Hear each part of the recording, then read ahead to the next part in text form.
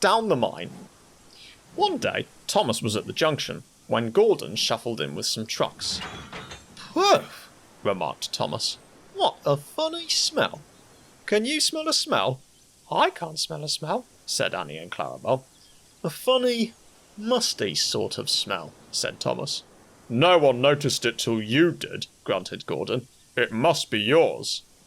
"Annie, Clarabel, do you know what I think it is?" whispered Thomas loudly. "It's ditch water."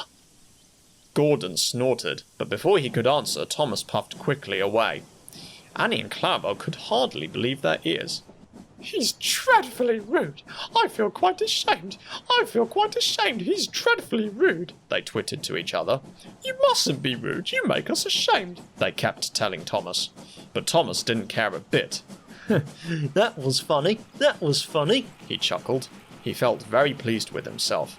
Annie and Clarabel were deeply shocked. They had great respect for Gordon the Big Engine. Thomas left the coaches at a station and went to a mine for some trucks.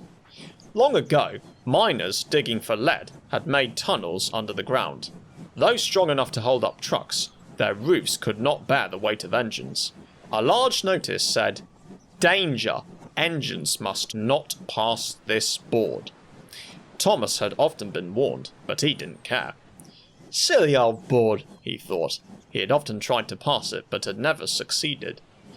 This morning he laughed as he puffed along. He had made a plan.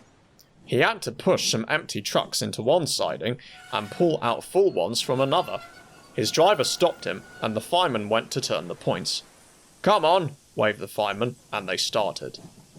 The driver leaned down to the cab to see where they were going.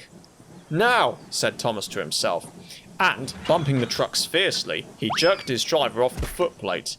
"Hurrah!" laughed Thomas, and he followed the trucks into the siding. "Stupid old board," said Thomas as he passed it. There's no danger. His driver, unhurt, jumped up. "Look out!" he shouted. The fireman clambered into the cab. Thomas squealed crossly as his brakes were applied. "It's quite safe," he hissed. "Come back!" yelled his driver. But before they could move, there was a rumbling and the rails quivered. The fireman jumped clear. As he did so, the ballast slipped away and the rails sagged and broke. "Fire and smoke!" said Thomas. "I'm sunk!" And he was. Thomas could just see out of the hole, but he couldn't move. "Oh dear," he said. "I am a silly engine." "And a very naughty one too," said a voice behind him. "I saw you." "Please get me out. I won't be naughty again." "I'm not so sure," replied the Fat Controller. "We can't lift you up with a crane. The ground's not firm enough." Let me see. I wonder if Gordon could pull you out." "Yes, sir," said Thomas nervously. He didn't want to meet Gordon just yet. "Down a mine, is he? Ho, ho, ho, ho!" laughed Gordon. What a joke, he chortled, puffing to the rescue. "Poop, poop, little Thomas," he whistled. "We'll have you out in a couple of puffs." Strong cables were fastened between the two engines. "Poop, poop, poop." "Are you ready?" "Heave!" called the Fat Controller. But they didn't pull Thomas out in 2 puffs. Gordon was panting hard and nearly purple before he had dragged Thomas out of the hold and safely past the board. "I'm sorry I was cheeky," said Thomas. "That's all right, Thomas. You made me laugh. I like that."